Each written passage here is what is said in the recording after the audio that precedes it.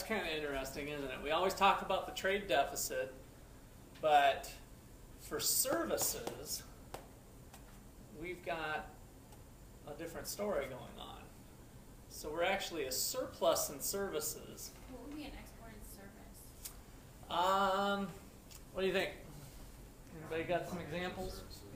A lot of financial services, yes. Yep. So if we're selling that stuff, that counts in the export line. Britney Spears, Michael Jackson.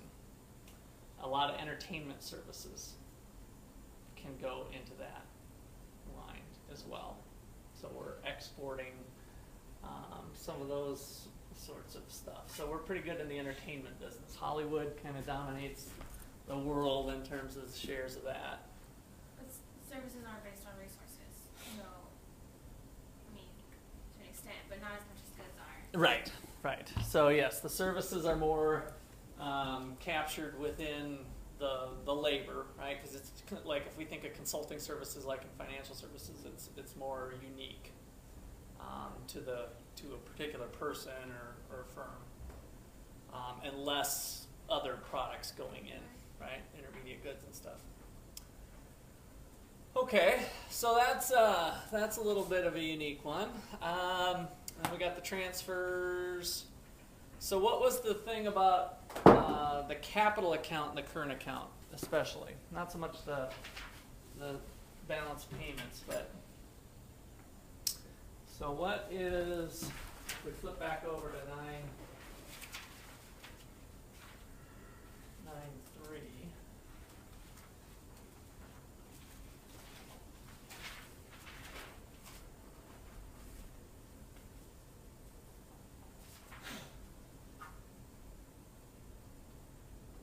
What was true about these at the end of the day?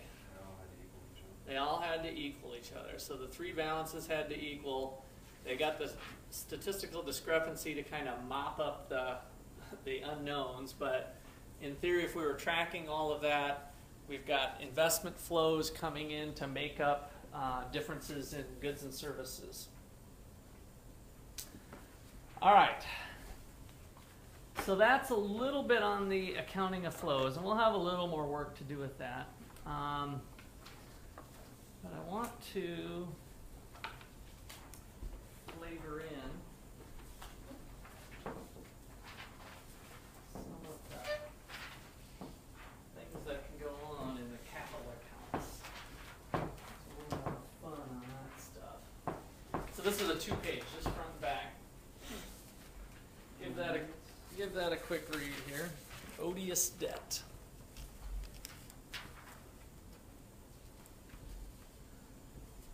What's HIPC?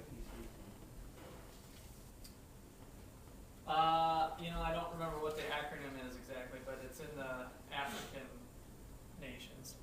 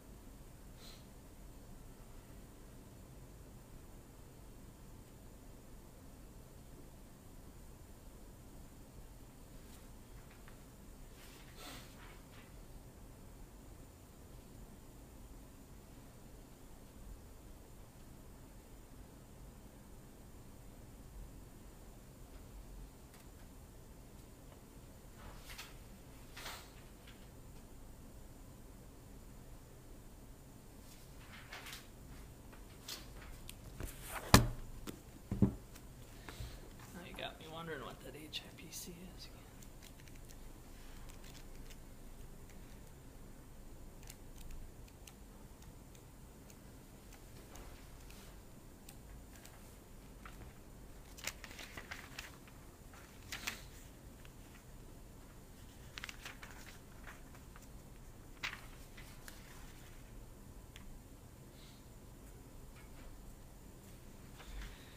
So what was odious debt?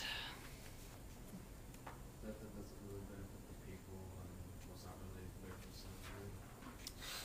All right. See if I can find this HIPC. All right, and so what are the economics going on with this issue of helping out these countries in terms of either debt relief? There it is. Highly indebted poor countries, HIPC. Highly indebted poor countries.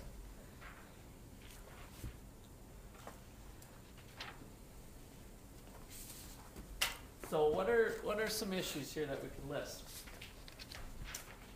related to this case? One of the things that, as we learn about some of these real world stuff, that we want to be thinking as economics-minded people. The money could end up in the pockets of the leaders. Okay, so we got the corruption and money to the leaders. How much money did this guy end up pocketing this? Some serious coin, isn't it? And then to think of how poor the country is, and he's pocketing it all, it's unbelievable. All right? That's illegal. It has to be, right? Oh yeah. I mean, he's got to be in some sort of international jail. Yeah, once they finally catch on to stuff like that, yeah. Dylan, what were you gonna say? How exactly does he do that? Well, for one thing, I don't know the specifics here, but this has happened in other countries too. So foreign aid comes in, and let's just say it's used for debt or something. Like we're kind of using a bailout, which is the other word I was kind of wanting to think about. Money comes in, and then he's got control of the money, so he can spend it on the cleaning up the rainforest project by hiring the company that he owns to do the work, that type of stuff. You know, so they can kind of launder the money through to get it into their own pockets.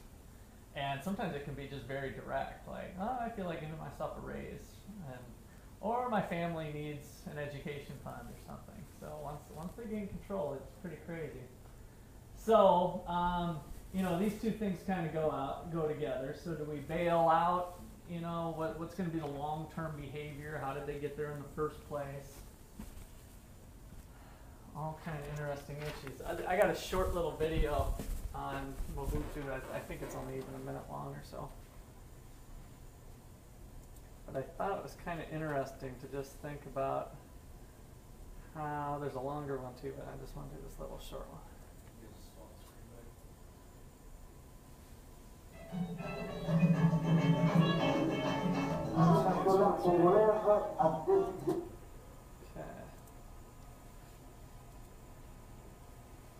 We can't see what you see. Oh, okay.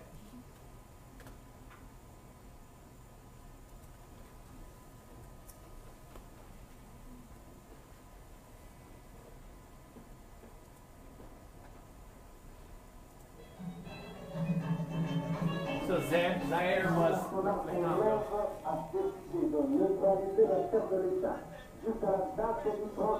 Congo.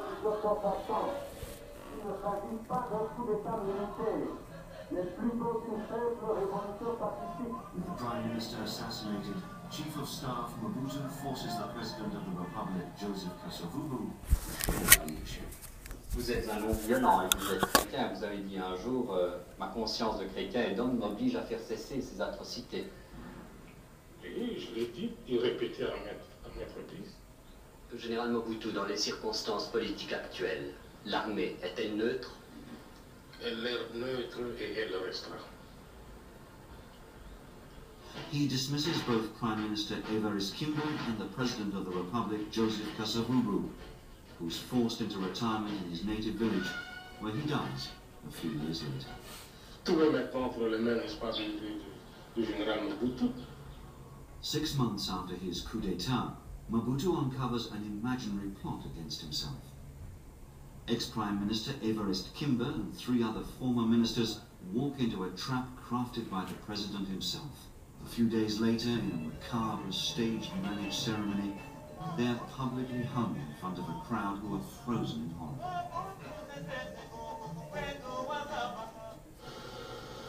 So, from that little clip, do you think he started off with the idea that he's going to make $4 to $6 billion? Was that his intent all along? When power. Absolute power corrupts absolutely, that type of thing. I think he was a revolutionary, probably not different than some of the other ones we've seen stories of. And then once you get into power, and all of a sudden that slippery slope starts. So having, and then a lot of these places are democratic. I wouldn't doubt if that one was too. Then the elections are just rigged. So they have a vote, and somehow he keeps winning every time. So, yeah, it gets crazy. All right, we'll call it a day there.